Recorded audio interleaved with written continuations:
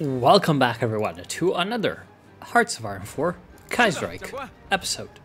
And this time, we need to, I would say, try to salvage the existence as much as possible of everything.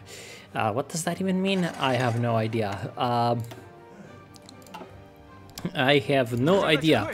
But essentially, we have some... We have some cleanup to do, to say the least. We have a lot of cleanup to do, and that cleanup being the enemy forces almost everywhere on our border.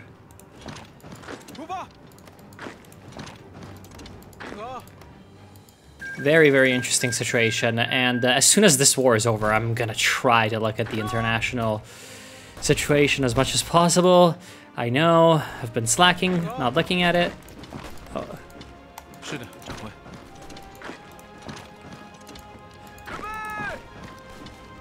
And yeah, I mean, very, very happy at the progress that we made last week. And now we're going to try to clean up the pockets as much as possible and slowly but surely advance towards the remaining enemy forces.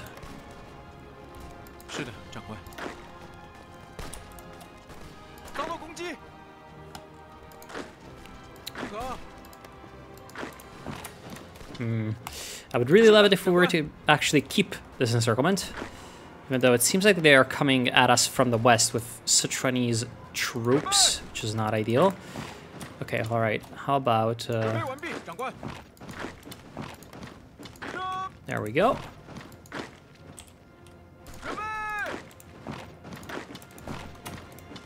Alright.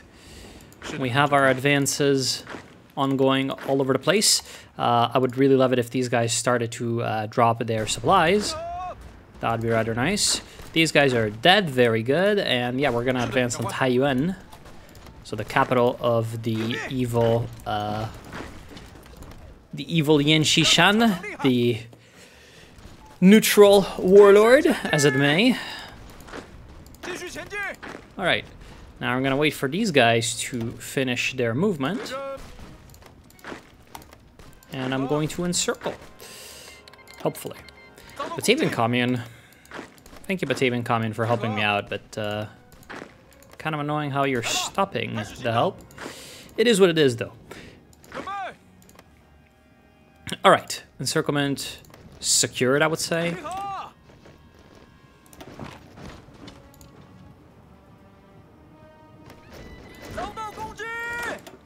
There we go. More units being deployed. Okay.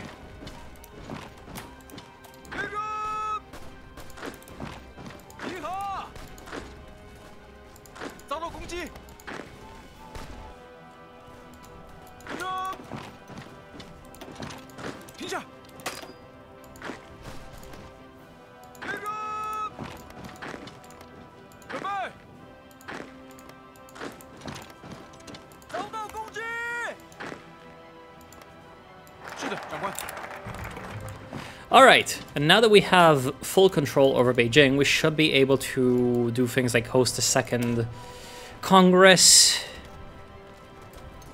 Modified demobilized NRA. Did we get demobilized NRA already? Oh shit, yeah, I guess we need to take those focuses as soon as possible.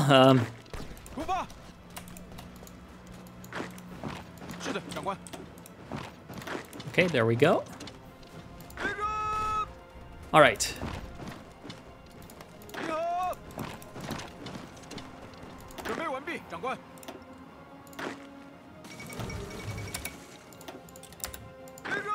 There we go. Very, very nice. We are going to take Taiyuan. And that hopefully is going to go... Oh, there we go. I guess these guys are not encircled anymore.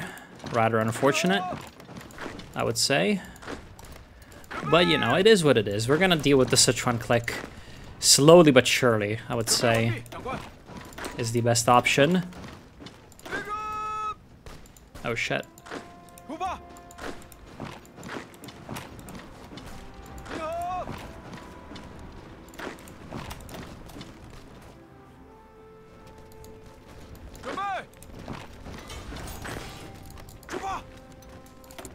All right.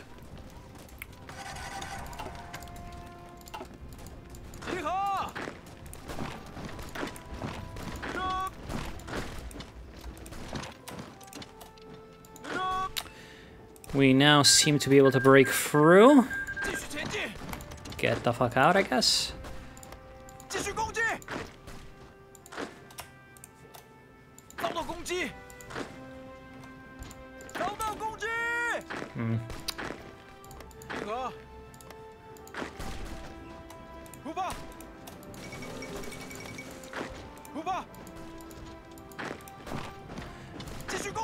Alrighty then.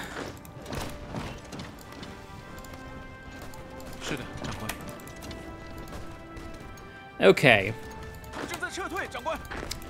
So, what is our next move? The next move, I think, is to... Actually, don't attack there. I mean, that's a potential encirclement. Never mind. Alright, that's fine. We are...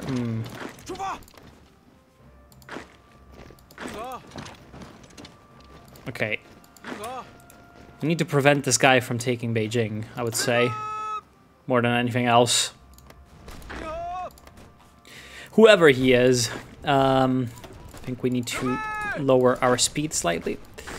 Alright, you're going to... We're going to encircle these two divisions. And this one division is going to keep them there.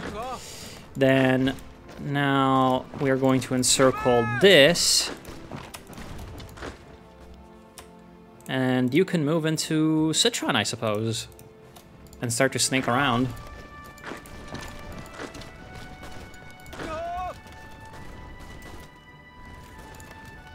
I would think that not all the Sichuanese units are, you know, top tier.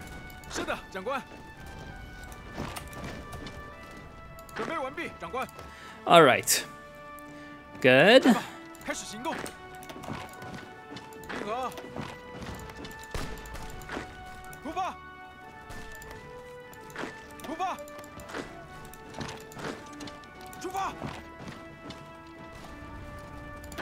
And once we actually take Chengde, the Hunanese should be gone. I mean, they're very close to capitulation.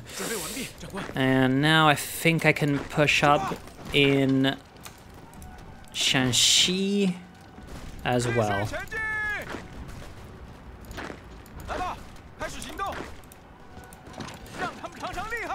Alright. Good work on the Sichuanese. We're pushing forward rather efficiently. Oh, bloody hell, they just got a division. Out of pretty much nowhere, although it seems like it's militias, so that should be a rather easy battle.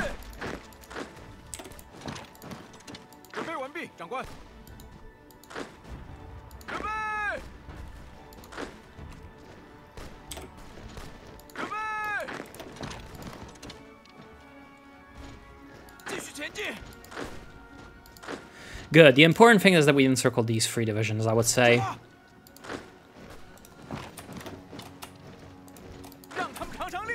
Good. These two divisions should easily be able to beat this one Hunanese unit.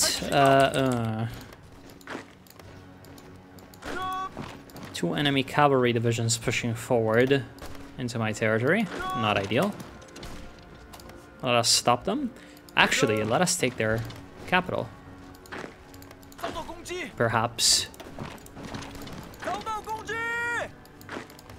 Alright. Some of our attacks are not feasible anymore, although maybe it would be important to actually continue this until the encirclement is complete, which is 6 hours. So that's rather imperative. And yeah, alright.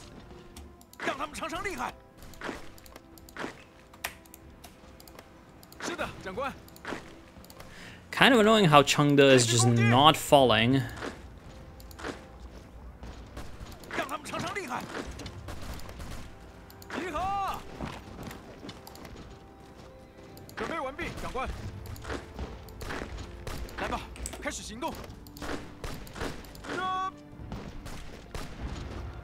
And you're gone. Come on, 2 hours. There we go. Perfect.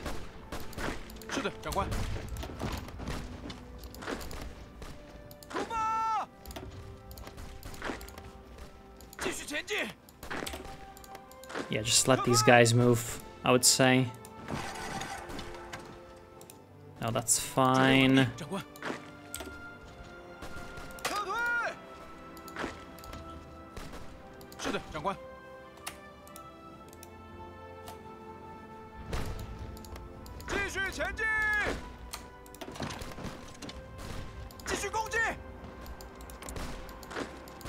Actually, what if you attack there? We really just need this to break. Like, it's ridiculous that 3 infantry divisions are taking so long to destroy a single militia, although I suppose it is a mountain battle. So, you know. Looks like we lost here pretty badly as well. And yeah, okay, that's rather gone.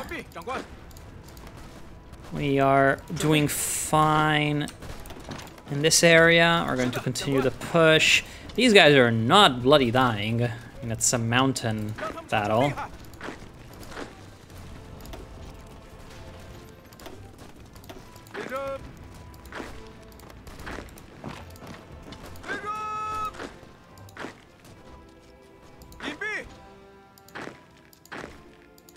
There we go. Amazing.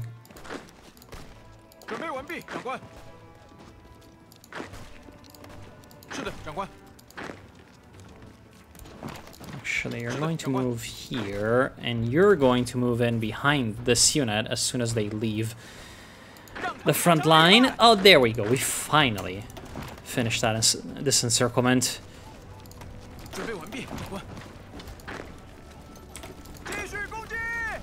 Yeah, we just need these guys to die, fundamentally speaking.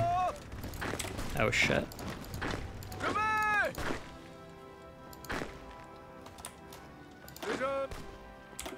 Alright, 1 division should be sufficient now to hold that, so I'm gonna redeploy one of these divisions down to the south to stop these annoying cav guys from doing what they're doing. Alright, let's get ourselves an office plan, and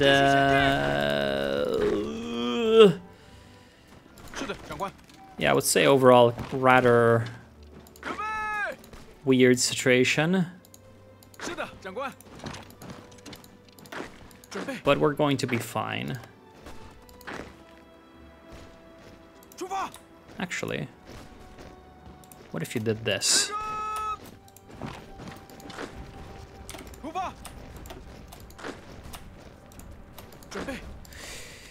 We're doing just a bunch of weird shit to distract the AI, fundamentally. Seems to have worked rather well against the Qing AI. And, yeah, I mean, what else can you say? We're doing pretty great. I think we need to... Where the bloody hell are our boats? There we go.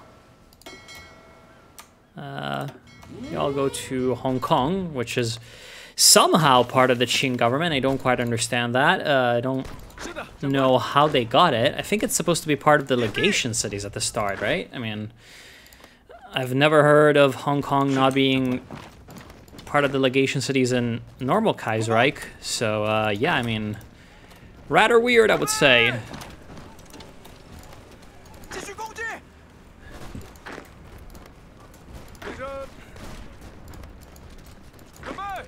All right. You guys should be able to launch your own offensive soon, which would be rather nice.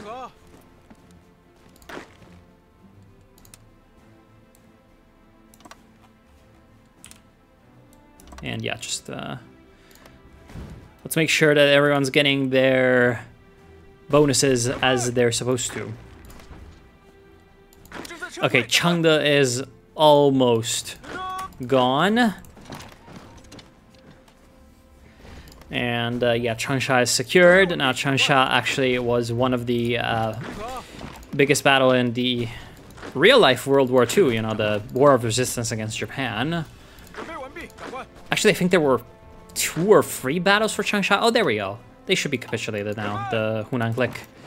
Let's start moving towards the Sichuanese cities up in the plateaus. As you may know, Sichuan is... Oh, really?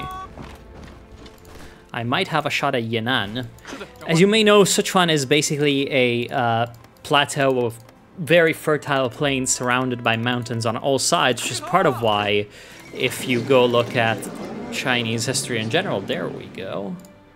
You don't seem to really have anything I can do in terms of taking your stuff. So we're just going to annex you. There we go. We have aircraft. Oh.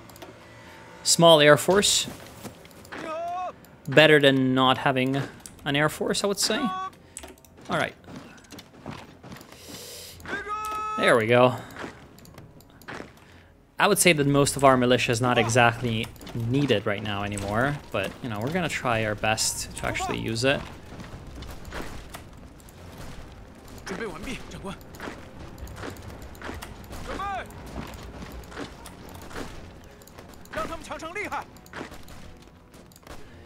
Alright. And, yeah, basically, which is part of why, for a lot of Chinese governments throughout history, you know, Sichuan has basically been the last redoubt, basically, that they managed to use when the entire rest of the country was occupied, because it is in a very excellently defensible location. And, as well, the Yellow River, which flows down, sorry, not the Yellow River, the Yangtze River, which flows down from Sichuan itself, you know, starts in the Tibetan Plateau and flows down through Sichuan, goes around.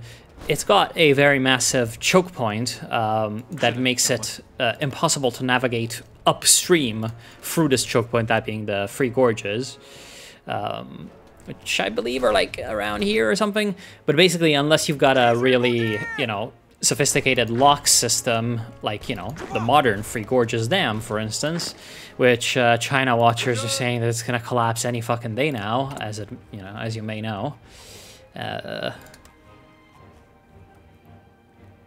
Let's send support to the CSA with 2,000 guns. Yeah, the CSA looks like it's doing pretty well, especially because our own war is going rather well. And, yeah, I mean, unless you've got, like, a very sophisticated lock system, which I don't believe they really had, despite their, like, amazing technology, you know, by our standards in Imperial China. When it comes to, like, the upper reaches of the Yangtze, that's probably a bit beyond their potential. They probably just use, like, sheer human power to carry the ships up the river. But, yeah, unless you've got, like, a really strong technological system to really go up those big waterfalls, essentially, as far as I understand them, gigantic waterfalls, you really have no choice. Let's not make insane assaults, honestly. We're losing just manpower for no reason. Let us instead make sure that we have...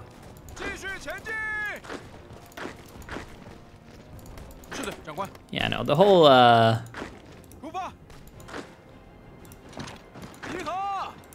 manpower situation, I mean, we've got a lot of manpower. We're Chinese and all that, but,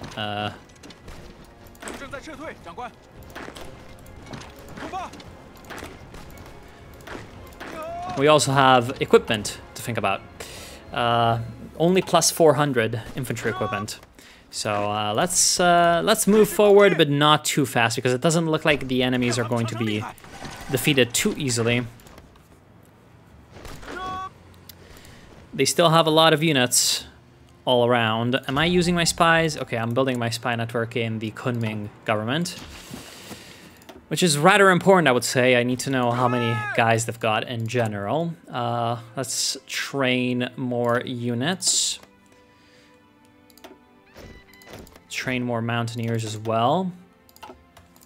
And thank you for the infantry equipment, boys, comrades of the Internationale.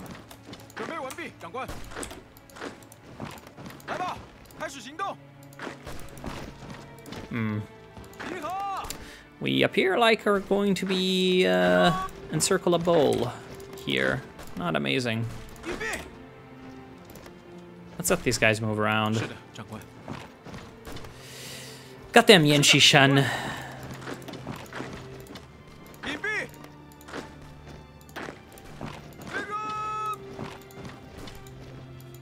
You and your annoying existence, Yanshishan. Rather sad that we didn't get to talk more about Yanshishan. I mean, I would say, okay, so basically the factions that are left, we have the Shanxi clique, the Sichuan clique, and the Kunming national government. And like, if you think about actually, to go back to our Sichuan,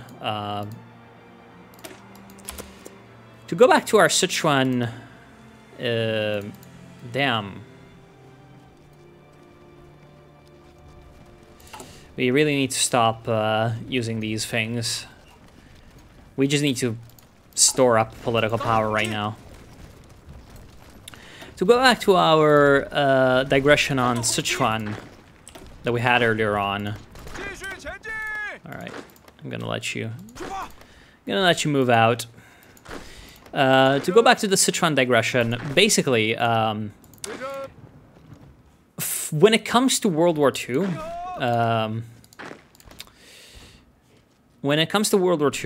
obviously everybody knows that at one point the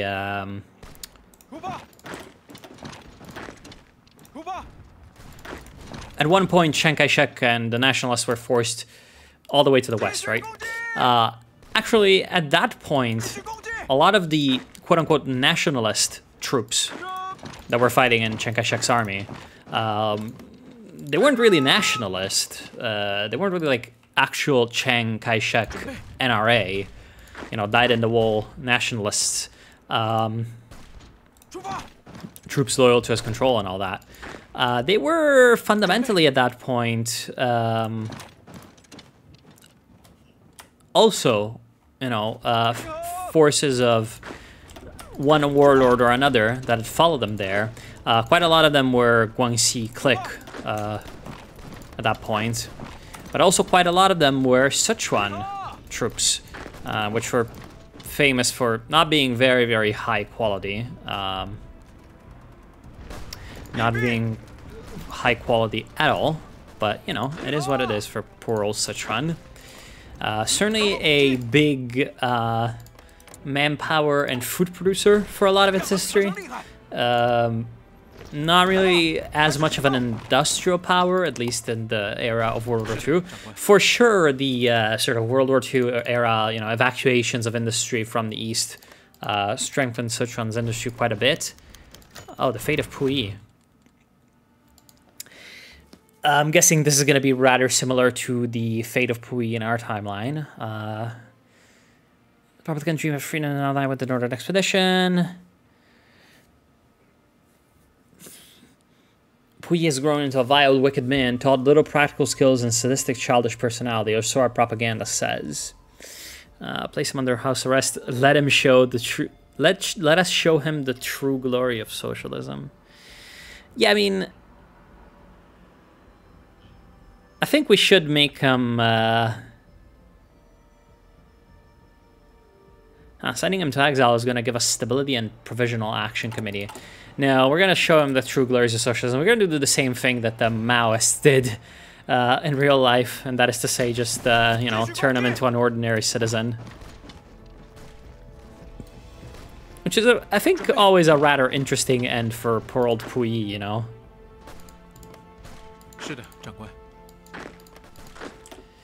The guy in many ways deserved it, but in many ways he didn't, so, you know. Alright. Attack in the mountains. Cannot wait. I mean, the Sichuanese guys are just like getting pummeled.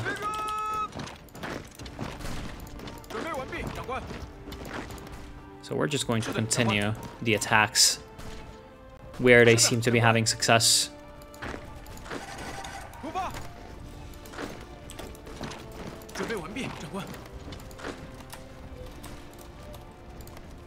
And there we go. Our cavalry is going to be able to, I think, capitulate the Shanxi clique. What even is remaining in terms of the Shanxi clique's VPs that we really need to take? Honestly, it only looks like they're really missing Lanzhou, or Zhang Ye, actually. Yeah, and Lanzhou, I suppose. It's 5 VPs. Actually, Lanzhou might be enough to capitulate these guys. What is that flag? Is that the Union of Britain? No, that's not the Union of Britain. What are we looking at in terms of the Internationale? They've got some characters and probably some weird flags. Anyway,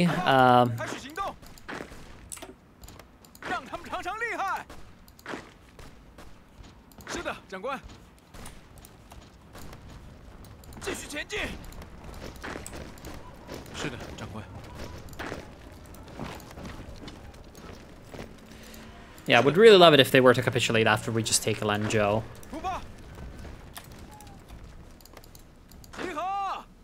Come on, do it. You somehow are not capitulating. Bloody Yanshishan. Anyway, Yanshishan is one of those real survivors, you know, of Chinese warlord history. Oh, that's a open tile? Really? I did not expect that to be the case.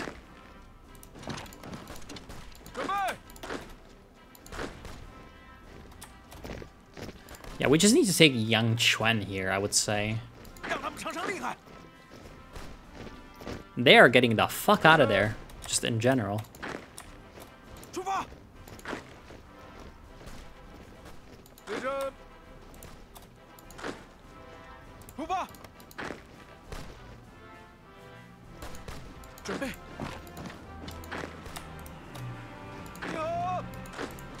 All right.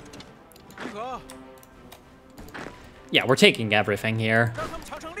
He was one of those real, like, insane survivors of Chinese history. His Shanxi clique is sometimes known as basically the Switzerland of warlord China. There we go, he's dead. Because, much like in Kaiserreich, I think I need to... I've been told by someone, switch your garrisons to cavalry, and I'm like, tuh, obviously. I'd completely forgotten. Really? Can I not just integrate everywhere? Yeah, okay, I can integrate everywhere. So what does it say, local police force here? I don't know. Anyways, much like in Kaiserreich, until the, you know, until the end, Yanshishan basically was playing all sides of the civil wars. And he was a real homie in that, you know, he had his territory. He almost ended up facing down Chiang Kai-shek in a big ol' sort of struggle to the death. Yeah, we need to find a better place to attack from with our main troops.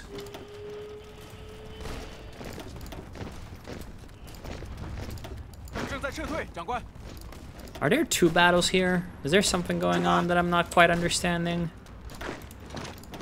And there we go. I suppose there was something weird that I didn't really quite understand what was going on.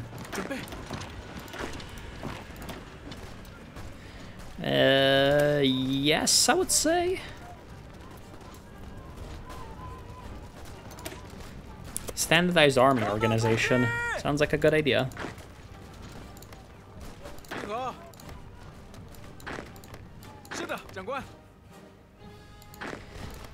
And yeah, he almost fought to the death with Chiang Kai-shek in, well, he did in a war called the Central Plains War in, I believe, 31, maybe 1930, maybe 1931.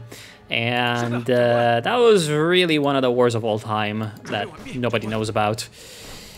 should do something on the Central Plains War and on the Zhili Fengtian Wars at some point. But, you know, it is what it is. Life is life. And it is difficult to pull off content. Anyway, really just need to get myself some bloody political power. Anyways, we have run out of time for this episode. And the next time we're going to finish off the Sichuan clique and finally end all these wars of unification, or at least as of right now. I mean, we still got to take out the Kunming government and the Fengtian government and the Northwest. I would say the Kunming government is the first order of business, to just not let them be around because, yeah, I really just don't want them to be here. It seems like they could be a potentially problematic state of affairs. Why do we have given to other countries 9? Really? Who are we giving?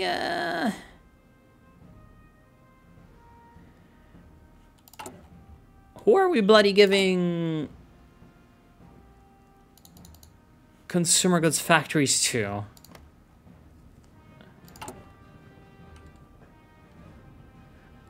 No, 19 are consumer goods. Because you're saying given to other countries 9. Does someone have like resource rights or something over my shit? No, not really. I mean, weird existence.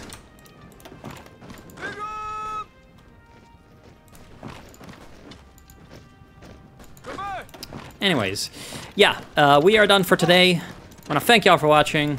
Hope you've enjoyed, and I'll see you soon.